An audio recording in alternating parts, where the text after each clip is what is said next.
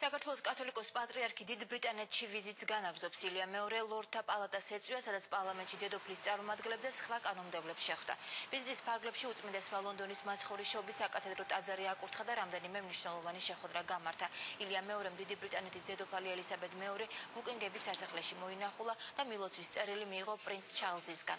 პატრიარქი ინგლისის ეკლესიის ლიდერის კენტერბერის არქიეპისკოპოსის როვენ ვილიამსის მოწვევით ჩავიდა. ვიზიტის ბოლო 3 დღეს უწმიდესი არქიეპისკოპოსის რეზიდენციაში ლამბეტის სასახლეში გაატარებს. განსაკუთრებით მინდა აღვნიშნო მისი უწმიდესობის შეხვედრა მის უდიდებულესობასთან ელისაბედ მეორესთან, დიდი ბრიტანეთის გაერთიანებული სამეფოს დედოფალთან. შეხვედრა, რომელიც იყო მეტად გულთბილი, საინტერესო და ნაყოფიერი.